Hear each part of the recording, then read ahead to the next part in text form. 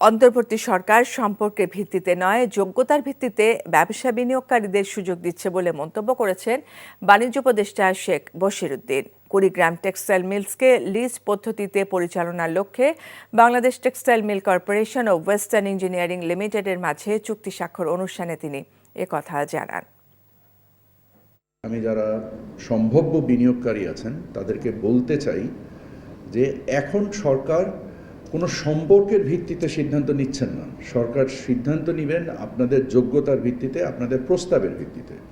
So দয়া করে অসম্ভব সুন্দর রিসোর্স এই প্রতিষ্ঠানগুলো, এগুলোকে ব্যবহার করুন, নিজে লাভবান হন, দেশকে লাভবান করুন। যমুনা স্মার্ট রেফ্রিজারেটর, স্মার্ট লাইফে স্মার্ট রেফ্রিজারেটর।